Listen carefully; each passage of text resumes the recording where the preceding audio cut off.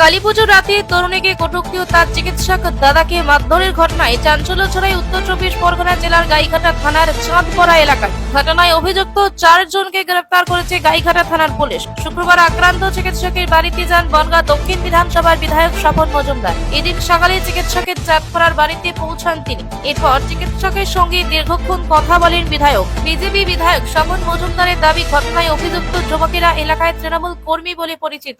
একযোগে এর মধ্যে গ্রেফতার হওয়া বাবুন রায় গাইঘাটা ব্লক তৃণমূল কংগ্রেস ছাত্র পরিষদের সভাপতি। যারা ঘটিয়েছে, যে ছেলেটা অ্যারেস্ট হয়েছে তার মধ্যে তৃণমূল কংগ্রেসের ছাত্র যুবর এই ব্লকের সভাপতি। ছেলেটির নাম বাবুন রায় নাম করে ছেলেটি। এর সঙ্গে আরও লোক আছে যুক্ত। বিধায়ক আরো অভিযোগ তোলেন, তৃণমূল নেতৃত্বের আশকারাতি অভিযুক্তরা দীর্ঘদিন ধরে এলাকায় বিভিন্ন অসামাজিক কাজ করত। বারংবার পুলিশকে জানানো সত্ত্বেও কোনো ব্যবস্থা নেয়নি প্রশাসন। পাশাপাশি তিনি দাবি তোলেন, অবিলম্বে নিরপেক্ষভাবে তদন্ত করে বাকি অভিযুক্তদের গ্রেফতার করুক পুলিশ। আক্রান্ত চিকিৎসক ও তার পরিবারের নিরাপত্তার দাবি জানিয়েছেন বিধায়ক। আমি প্রশাসনকে বলবো দৃষ্টান্তমূলক সাজা দেওয়া হয়, যাতে ডাক্তারবাবুর পরিবার এবং ডাক্তারবাবু এবং যে মেয়েটির সঙ্গে ঘটেছে তাদের একই কথা, দোষীরা যাতে শাস্তি পায়।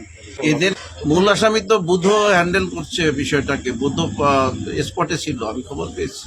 সে বুধকে কেন অ্যারেস্ট করছে না পুলিশ?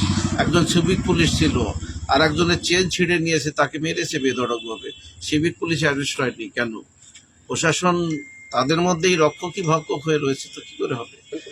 এই ব্যাপারে আক্রান্ত চিকিৎসক দাবি করেন, ইতিমধ্যেই বিভিন্ন জায়গা থেকে হুমকি আসছে।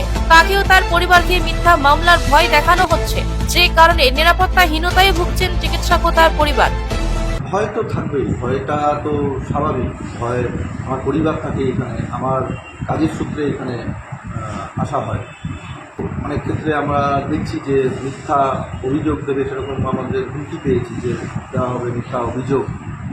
তো সেগুলো যদি পুলিশ প্রশাসন ব্যবস্থা নিচ্ছে, আমি শুনলাম, আমি তাদের তো সেভাবে নাম পেয়েছি, এদের তো আমরা চিনিও না, এরা কারা, খুবই অপরিচিত যারা রয়েছে। আমার দিক থেকে আমার তো পারিবারিক এবং আমার সিকিউরিটি, এটা একটা বড় প্রশ্ন। যদিও এই ব্যাপারে সব অভিযোগ অস্বীকার করে তৃণমূলের পক্ষ থেকে দাবি করা হয়, এই ঘটনার সঙ্গে তৃণমূল কংগ্রেস কোনোভাবেই যুক্ত নয়। 4 অভিযুক্তকে ইতিমধ্যে গাইঘাটা থানার পুলিশ গ্রেফতার করেছে। আরও কেউ দোষী হলে তাদের বিরুদ্ধে উপযুক্ত ব্যবস্থা নেওয়া হবে। আর যে ঘটনাটা ঘটেছে সেটা নিন্দনীয়, এবং যারা ঘটিয়েছে তাদের যাতে কঠোরতম শাস্তি হয়, এটাই আমরা দাবি করি। যুবর কোনো দায়িত্বে নেই, এইটুকু বলতে পারি। যুবর কোনো দায়িত্বে সে নেই, সেটা বলতে পারবো না, কিন্তু যুব তৃণমূল কংগ্রেসের কোনো দায়িত্বে সে নেই।